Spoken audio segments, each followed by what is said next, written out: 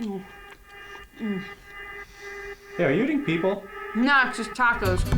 Oh, okay, cool.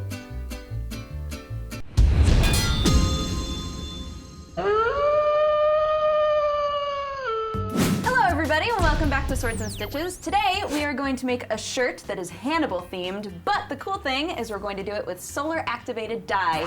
So the first thing that we're going to want to do is make our stencil. Now I happen to have a super fancy vinyl cutter. I have a Silhouette Cameo, which is really good at this.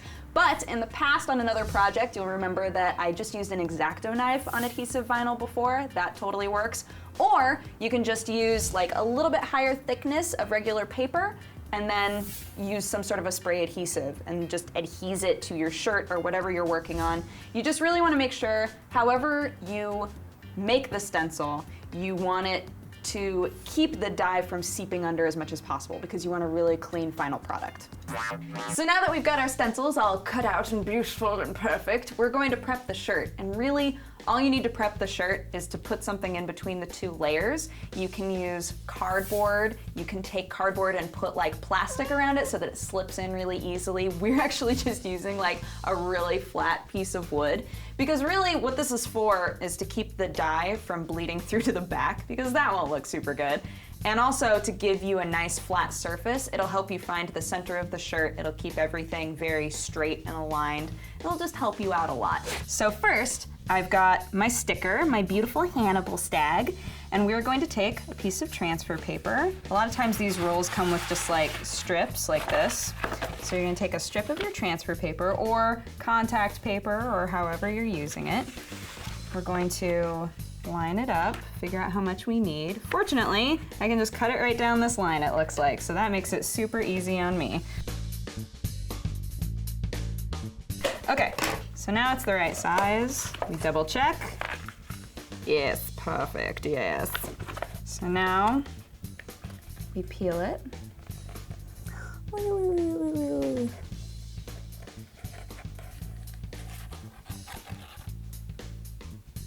Be very careful because this will stick to itself so easily. Boop. All right, so fortunately, it rolled up in just the perfect fashion for me to be able to apply this pretty easily. So you're gonna start in one corner because you want it to be as flat as possible right out the gate. So what I like to do is just go along like this, try to keep it from being super bubbly, but again, we're gonna use our little card to get the extra bubbles out. So it's not like a huge deal. You just wanna make sure that it's, you know, for the most part flat. Make your job as easy as possible. See, we've still got some bubbles. We've got some floopy doops in here. So we're just gonna go around like this.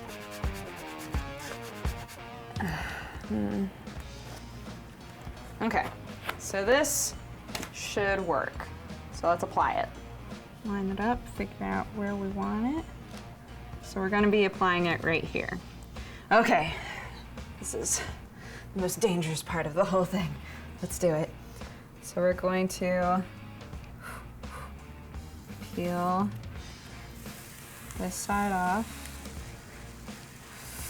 And if we did our job right, yes!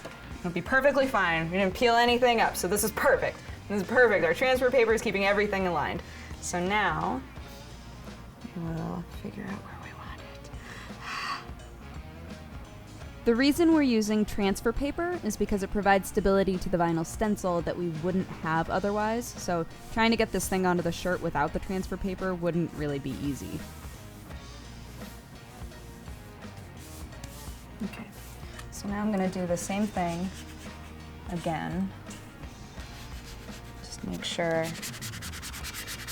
that it's like completely settled on the surface of this shirt. Okay.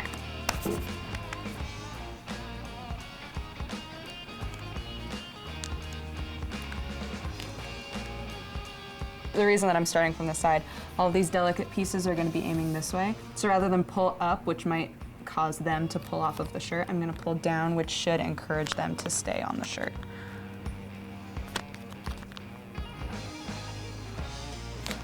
All right, cool. go. So that came out perfect, thank goodness. So now, we're gonna apply the dye. So we're going to apply our dye now, but before that, I wanna just kind of explain to you what this dye is. So we're using specifically Inkodye, and Inkodye is a solar activated dye. So what that means is like, this Inkodye is orange. So if I were to apply this dye to this entire stencil and then leave it outside in the sun would activate the dye and eventually this entire thing would be bright orange, which is super cool. So I've done a couple of projects with this in the past, but I've never done anything kind of creative and weird with it. So there are lots of really cool options for this. One thing that a lot of people like to do is use transparencies. So you would just apply the dye and then put a transparency on top, and any areas that are dark on the transparency, the sun will never hit them. So you wind up with these beautiful designs. So what I wanted to do today is put the dye on the stencil and then put a really dark lace on top, because then not only will we get that shape, but it'll have a really beautiful texture on top of it. So we're gonna see how that looks. I'm really jazzed. All right, so first we're gonna shake up the ball of dye. We're going to put the roller on top of the bottle of dye. And then we're gonna roll the paint on, and then take a paper towel and sop up any extra dye so that it doesn't seep anywhere. We've done a really good job with this decal, but just to be sure, we don't want any standing dye, we don't want extra dye anywhere because then it'll be uneven. So we're gonna sop up all the extra dye, and then we're going to put our lace on top, right? Like this. So that would be beautiful. And then Erin, being awesome, found a nice piece of glass that we can use to put on top. Don't be a dummy like me and suggest, hey, we could always put wood on top, because then no light will ever get through, which is the point of this project. So if you have glass around, use that, or just tape it down. Either way will work.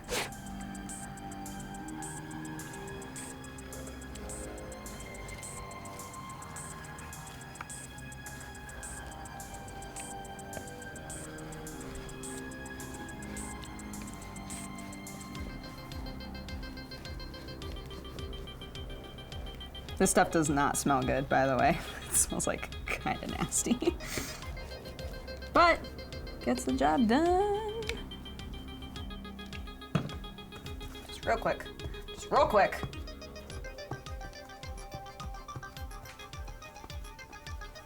Okay.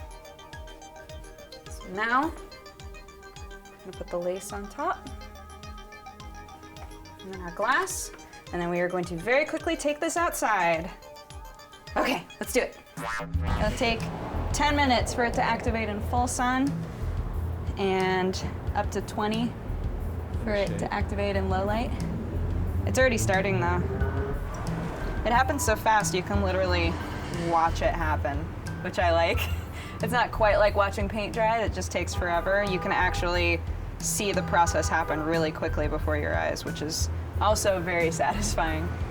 It just gets darker and darker and darker. So you just want to make sure you stop it at whatever shade you want it at. It's starting to almost look the same color as the decal. And like up in here too, this is starting to look really orange. So just take some time. You just have to be patient and wait until it's the right color, whatever color you want that to be. Okay, now that that's done, we can lift everything up and see if it worked. You ready? Continue. All right, taking off the glass. Ooh, got some dye residue on the glass. And then lifting up the lace.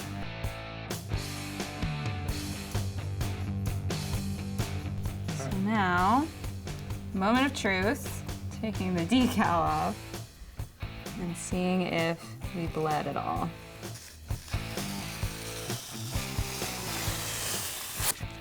Whew, okay. Now, I'm gonna wash this out in the sink real fast so that none of that activates. All right, see ya.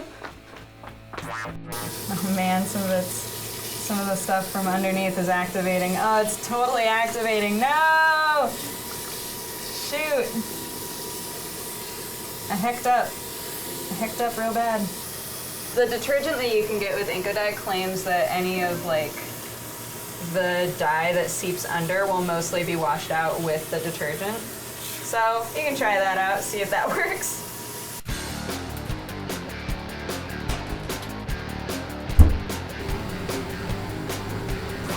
So we're back from our brief interlude at Erin's apartment where we washed and dried our shirts. I just wanted to talk about detergent super quick because we did try household detergent and we tried the actual Inkodye detergent called Inkowash. And on the bottle it says, Inkowash is an extra concentrated laundry detergent that removes unexposed Inkodye from fabric more effectively than household detergent. So we figured we'd try this out. And actually, when we used the household detergent, there were a couple of spots where some orange had flared up where it was not supposed to be at all. So we thought that was a little bit interesting, and then we threw it in again, actually both shirts at the same time, in the wash with the Inkowash, and that got pretty much all of it out. So the Inkowash is very effective, so I would recommend you getting it. Even if deep in your heart you're like, I don't need this, I already have detergent. If you want to make absolutely sure that you're going to get all of the dye out, this stuff does it. But anyway, the shirts are done, so let's do some glamour shots.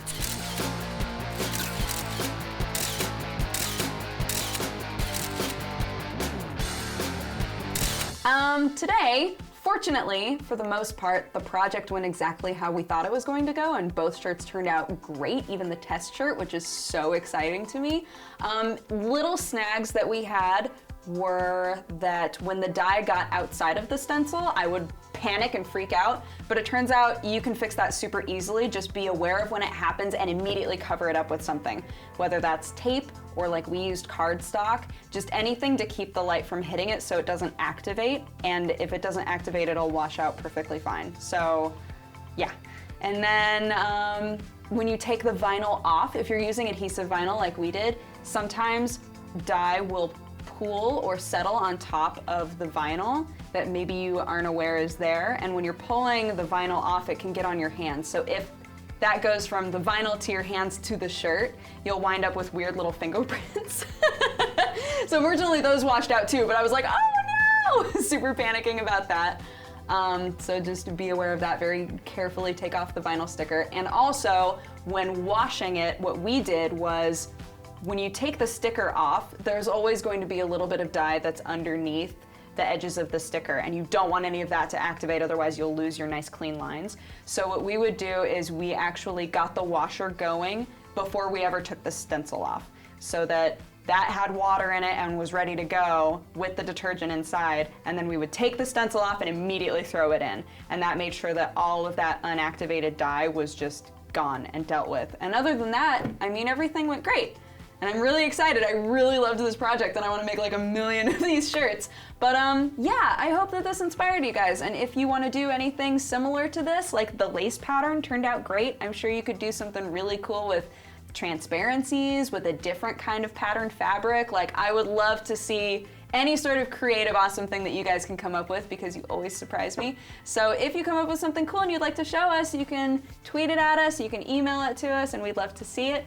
But otherwise, successful project. I'll see you guys on the next Swords and Stitches. Bye-bye! Oh, it's so hot the cops are coming. With kind of a gold outline and then some gold spikes. We're gonna try both. I'm gonna try a bunch of different kind of color combinations. And what's cool is because it shrinks down, you can kind of do like lots of